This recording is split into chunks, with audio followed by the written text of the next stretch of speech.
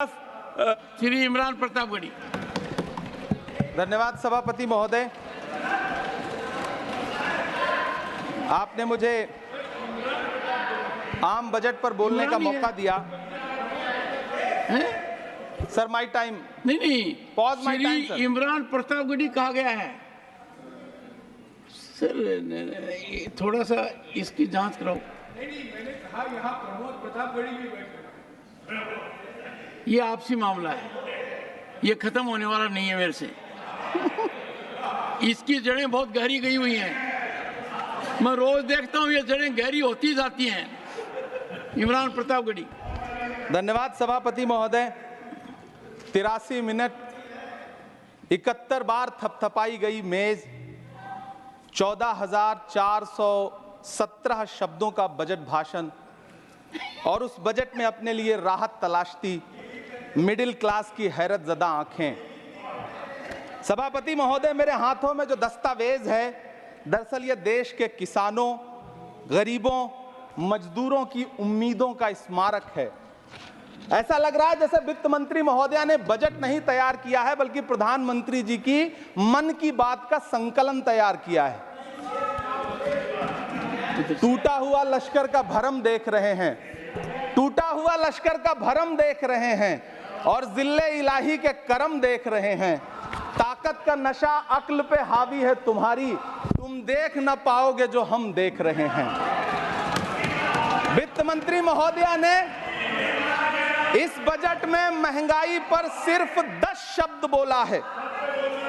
जिस देश में टमाटर 100 रुपए किलो बिक रहा हो। सभापति महोदय, मेरा टाइम पॉज करें और बार बार इंटरप्ट करने को या तो मना करें। हाँ बोले, कृपया बोले। सभापति महोदय, वित्त मंत्री महोदया ने इस बजट में महंगाई पर सिर्फ 10 शब्द बोले हैं। जिस देश में टमाटर 100 रुपए किलो बिक रहा हो, उस देश की वित्त मंत्री के पास बजट में महंगाई पर बोलने के लिए सिर्फ 10 शब्द है। डीजल, पेट्रोल, आटा, चावल, दाल, सब्जी की महंगाई का तो कोई जिक्र ही नहीं। सावन चल रहा है तो प्याज और लहसुन का दाम पूछना तो शायद पाप होगा। मैंने तो यह भी सुना है कि वित्त मंत्री जी जो चीज खुद नहीं खाती हैं, उसके दाम से उनका कोई लेना देना नहीं होता। लेकिन इस बार बजट पेश करने के लिए पार्लियामेंट आने से पहले वित्त मंत्री जी ने दही और चीनी खाई थी। अब तो उनसे यह पूछा जा ही सकता है कि उन्हें दही, दूध और चीनी का रेट तो इन दिनों पता ही होगा। क्या उसे सस्ता करवाएंगी या नहीं सस्ता करवाएंगी? अगर पता है तो कृपया सस्ता करवाइए, क्योंकि इसी चीनी ने अमेठी में एक मंत्री महोदया का राजनीतिक कैरियर कड़वा कर दिया। सभापति महोदय, अपने शीश महलों में बैठे हुए सरकार के सांसद और मंत्री कह रहे हैं कि महंगाई कम हो रही है। संसद की कैंटीन से बाहर निकल करके एक चाय का कप खरीदिए, तब समझ में आएगा कि महंगाई कम हो रही है या बढ़ रही है। किसी एक दिन अपनी किसी मजदूर की तरह अपनी दिन भर की दिहाड़ी लेकर के बाजार जाइए और अपने बच्चों के लिए राशन खरीदिए, तब पता चलेगा कि महंगाई कम हो रही है या नहीं हो रही है। यहां बैठ करके बड़ी बड़ी बातें करना आसान है। ये चूनर धानी धानी भूल जाते, ये पुरवा की रवानी भूल जाते, जो आकर 4 दिन गांव में रहते तो सारी लंतरानी भूल जाते। सभापति महोदय, इलेक्टोरल बॉन्ड खरीदने के नाम छुपाने वाली सरकार, इलेक्टोरल बॉन्ड खरीदने वालों के नाम छुपाने वाली सरकार इन दिनों आम के ठेला लगाने वालों के नाम जानना चाहती है। मुझे तो होटलों, ढाबों या आम के ठेलों पर नेम प्लेट लगवाने वालों से पूछना है कि कभी खून की बोतल पर देखा है किसी का नाम लिखा हुआ? मुझे पूछना है कि क्या कोरोना के दौरान अपनी उखड़ती हुई सांसों के लिए ऑक्सीजन तलाशने वाले किसी इंसान ने ऑक्सीजन लाने वाले किसी इंसान से पूछा था कि ऑक्सीजन लाने वाला इंसान हिंदू है या मुसलमान है? मुझे पूछना है कि लावारिश लाशों के लिए कोरोना में कांधा देने वाले, चिताओं के लिए लकड़ियां सजाने वाले किसी इंसान से पूछा गया था उसका नाम, उसका मजहब? लेकिन इन दिनों पूछा जा रहा है। सभापति महोदय, अफसोस देश के प्रधानमंत्री जी ने कभी न टूटने वाली चुप्पी ओढ़ ली है। सभापति महोदय, जनता ने 63 सीटें कम क्या कर दी, ये सरकार तो अमृतकाल का नाम लेना ही भूल गई। ये भूल गई है अमृतकाल को, ये भूल गई है मनरेगा को, ये भूल गई है मौलाना आजाद नेशनल फेलोशिप को, ये भूल गई है मणिपुर को, ये भूल गई है महाराष्ट्र को। मुझे गर्व है कि मैं राज्यसभा में महाराष्ट्र का प्रतिनिधित्व करता हूं। महाराष्ट्र जो देश की आर्थिक राजधानी है, जो टोटल कॉर्पोरेट टैक्स का 40%, इनकम टैक्स का 32% और जीएसटी का 20% इस देश को देता है, उस महाराष्ट्र के लिए इस बजट में एक शब्द नहीं है। आप बैठ जाए। सभापति महोदय, आखिर महाराष्ट्र से किस बात का बदला लिया जा रहा है? महाराष्ट्र ने लोकसभा चुनाव में बाबा साहब अम्बेडकर के संविधान को बचाने के लिए वोट क्या कर दिया? प्रधानमंत्री जी तो महाराष्ट्र से बदला लेने पर उतर आए। अब तो शायद उन्हें याद भी ना हो यवतमाल का वो दाभड़ी गांव जहां 20 मार्च 2014 को वो किसानों के साथ चाय पर चर्चा करने गए थे और उनकी किस्मत बदलने के सपने दिखाए थे। उसी यवतमाल में पिछले 6 महीने में 132 किसानों ने आत्महत्या की है। सभापति महोदय, महाराष्ट्र में हर महीने 209 किसान आत्महत्या कर रहे हैं। राज्य सरकार द्वारा सौंपा गया आंकड़ा बताता है कि 1 जनवरी से 31 मई के बीच 1046 किसानों ने आत्महत्या की है। लेकिन अफसोस, इस बजट में महाराष्ट्र के किसानों के लिए कुछ भी नहीं है। किसानों से चिढ़ी हुई सरकार ने बजट में किसानों के एमएसपी की लीगल गारंटी नहीं दी। लेकिन याद रखिएगा, जो किसान का नहीं वो हिंदुस्तान का नहीं।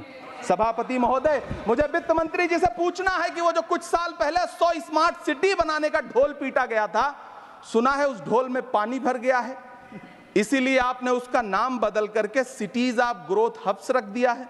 अच्छा है, नाम बदलने का खेल खेलते रहिए। आपकी कई सरकारें तो इसी वजह से चल रही हैं। इस सरकार को पढ़े लिखे लोगों से दिक्कत है सभापति महोदय, इसीलिए इस सरकार ने यूजीसी का बजट 66% कम कर दिया है। वाह री सरकार। सभापति महोदय, मैं वित्त मंत्री जी के संज्ञान में लाना चाहता हूं कि किशनगंज में एएमयू सेंटर के पास 224 एकड़ जमीन है। यूपीए सरकार ने सोनिया गांधी जी की अगुवाई में 136 करोड़ रुपए एएमयू किशनगंज सेंटर के लिए सेक्शन किए थे। लेकिन आपकी सरकार ने पिछले 10 साल में उस 136 करोड़ में से सिर्फ 10 करोड़ रुपया रिलीज किया है। 1.5 करोड़ की आबादी वाला सीमांचल बेहतर शिक्षा के लिए उस सेंटर की बाट जोह रहा है। मेरा आपसे सवाल है कि इस सेंटर का बाकी पैसा आप कब रिलीज करेंगे? मुझे उम्मीद है वित्त मंत्री महोदया जवाब जरूर देंगी। सीमांचल उसी बिहार में आता है जिसकी बैसाखी के सहारे आपकी सरकार चल रही है। वहां के लोगों को एम्स की जरूरत है। महानंदा और कोसी से होने वाली बाढ़ की तबाही को रोकने के लिए बांध बनाइए, सीमांचल के साथ सौतेला व्यवहार बंद करिए। इकोनॉमिक कॉरिडोर बनाने से किसी राज्य का विकास नहीं होगा, विकास होगा स्वास्थ्य और शिक्षा के बुनियादी मुद्दों के लिए बजट देने पर।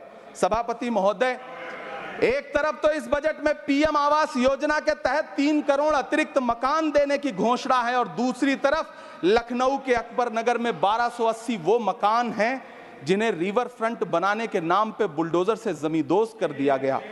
सभापति महोदय, लोग चीखते रहे, बच्चे बिलखते रहे, वसुधैव कुटुंबकम का नारा लगाने वाली सरकार इंसानों के घरौंदे उजाड़ कर जश्न मना रही है। सभापति महोदय, मेरा बहुत भावुकता के साथ देश के प्रधानमंत्री से सवाल है कि इन उजड़ते हुए मकानों और बेघर होते हुए घरों को देख करके आपको नींद कैसे आती है, आप सो कैसे पाते हैं? मेरा सवाल है इस देश के प्रधानमंत्री से, या तो लोगों के घरौंदे उजाड़ना बंद करिए या फिर करोड़ों मकान बनाने की झूठी घोषणाएं करना बंद करिए।